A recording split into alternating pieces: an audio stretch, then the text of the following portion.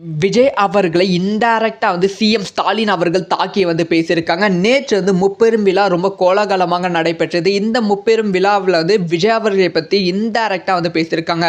அண்ணா பிறந்தநாள் விழா, பெரியார் பிறந்தநாள் விழா, திமுக தொடங்கப்பட்ட நாள் விழா என திமுகவின் முப்பெரும் விழா நேற்று கரூரில் நடந்தது. இந்த விழாவில் முதல்வர் ஸ்டாலின் பேசும்போது திமுக எந்த மிரட்டலுக்கும் பயப்படாத கட்சி அப்படிங்கிற விஷயத்தை சொல்லியிருக்காங்க. இந்திய அளவில் முதலில் ஒரு மாநில கட்சி ஆட்சி பிடித்த வரலாற்றை உருவாக்கப்பட்டோம் நாம் தான் அப்படிங்கிற விஷயத்தை பேசியிருக்காங்க. அதுக்கப்புறமா விஜய் அவர்களை பற்றி இன்டைரக்டா பேசியிருக்காங்க. நம்முடைய கொள்கைகளை விட சிறந்த கொள்கைகள் யாராவது பேசுகிறார்களா? மாற்றம் என்று சொன்ன அனைவரும் மாறினார்கள், மறைந்து போனார்கள். ஆனால் திமுக மட்டும் மாறவில்லை. தமிழ்நாட்டு மக்கள் மனதில் இருந்து என்றைக்கும் மறைவதில்லை.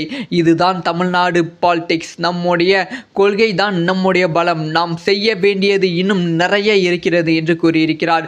ஸோ இந்த மாதிரி இன்டைரக்டா விஜய் அவர்களையும் பல பேரை தாக்கி பேசியிருக்காங்க. எம்ஜிஆர், ஜெயலலிதா, எம்ஜிஆர், ஜெயலலிதா, அதுக்கப்புறம் விஜயகாந்த் இவங்க எல்லாம் மாற்றம் சொல்லிட்டு வந்தாங்க.